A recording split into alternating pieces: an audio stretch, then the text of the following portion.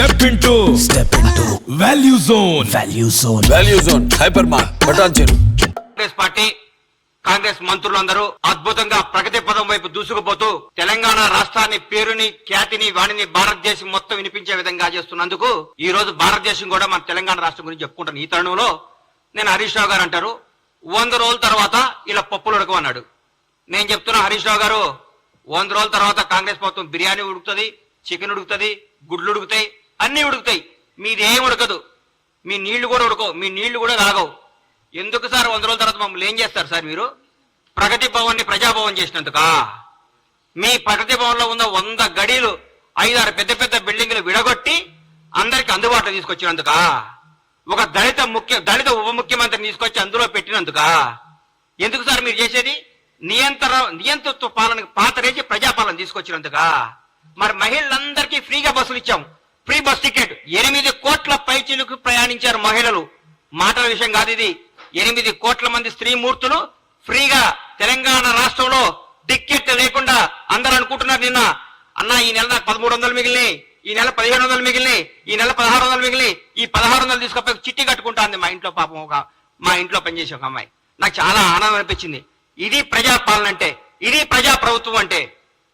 10 లక్షల రూపాయలు మేము ఆరోగ్య బీమా కింద పంపించినందుక మీరు ఏం చేస్తారు సార్?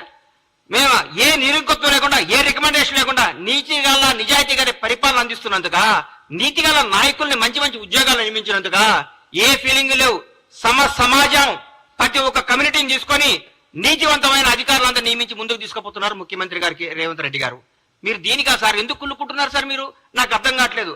కాళేశ్వరం మొత్తం మీ మేడిగడ్డ కాళేశ్వరం అవినీతి మొత్తం మా వాళ్ళు ఎంక్వైరీ చేస్తున్నందుక సార్ మీరు, మా మంత్రులందరూ మా ముఖ్యమంత్రి గారితో పాటు కొలీగ్స్ అంటే అది బ్యూటీ ఆఫ్ డెమోక్రసీ అంటే చూపిస్తున్నాం కాంగ్రెస్ ప్రభుత్వం. ముఖ్యమంత్రి నేను, మీరందరూ దూరం ఉండాలి, మీకు ఇంటర్వ్యూలు, నేను రూమ్ లో ఉంటా, నేను ఫామ్ హౌస్ లో ఉంటా, నేను ప్రగతి భవన్ నుంచి రాను, నేను ఎవరు కనపడను, నాకు 3 వస్తే బయటకు వస్తా, 3 రాకపోతే ఇంట్లోనే ఉంటా, నా ఫుటానే చూసుకొని పరిపాలించుకోమని చెప్తున్నారు మా ముఖ్యమంత్రి.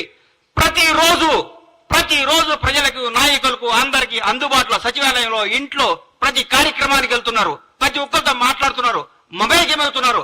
ప్రజల ముఖ్యమంత్రి, ప్రజా ముఖ్యమంత్రి.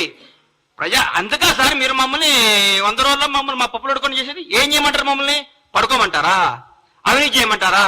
మీ దగ్గర ఒక మంది ప్రెస్ మీట్ పెట్టాలంటే మీ దగ్గర పర్మిషన్ తీసుకోవాలి. మీ దగ్గర ఒక ఎమ్మెల్యే మాట్లాడాలంటే మీతో నోటు పెట్టాలి ముందు. మీకు సార్ అని ఇట్లా నోటు చేస్తున్నా, దయచేసి పర్మిషన్ పెట్టొచ్చు అని మీరు, మీ సారో ఎవరో చెప్తే అప్పుడు ఒప్పుకోవాలి. మీరు అది పెట్టలేదు. ఈ గత 10 ఏళ్లలో మీరు ఎంతమంది మంత్రులు ప్రెస్ మీట్ పెట్టారు? ఎంతమంది మీరు వచ్చి ఢిల్లీకి వచ్చి కార్యక్రమాలు చేశారు? నేను అంటారు ఈ పార్లమెంట్ లో కంపల్సరీ గెలవాలి. కంపల్సరీ గెలవకుంటే మన తెలంగాణ సమస్యలు ఢిల్లీలో మాట్లాడేది ఎవరుండరు. ఈ 10 ఏళ్ళు ఎవరున్నారు సార్ అధికారంలోకి? మీరు ఎంతమంది ఎన్నిసార్లు మీరు ప్రధానమంత్రి కలిశారు సార్? ఎన్నిసార్లు కేంద్ర మంత్రులు కలిశారు సార్? ఎన్నిసార్లు తెలంగాణకు రావాల్సిన హామీల గురించి మాట్లాడుకున్నారు సార్ మీరు? 30 రోజుల్లో మా ముఖ్యమంత్రి గారు, మా మంత్రులు ప్రతి ఒక్క సమస్యని ప్రధానమంత్రి గారి దృష్టికి, హోంమంత్రి గారి దృష్టికి, ప్రతి మంత్రి దగ్గరికి పోయి సార్ మా పరిస్థితి, మాకు ఇది రావాలి, మాకు ఇంతమంది ఐఏఎస్లు కావాలి, మాకు ఇది కనీసం తెలంగాణ ఆత్మగౌరవానికి చెందమైన జనవరి 26 నాడు చట్టకాన్ని పెట్టించారు సార్ మీరు. మా ముఖ్యమంత్రి గారు పోయి ప్రధానమంత్రి గారిని ఇట్లా రిక్వెస్ట్ చేసి సార్ మా తెలంగాణ గౌరవం ఇది, మాకు ఇవ్వండి సార్ లెటర్ పంపిస్తే మాకు ఓకే చేశారు. అది ముఖ్యమంత్రి గారు చేస్తున్న పని. ఇంకేం సార్ మీరు మాట్లాడితే?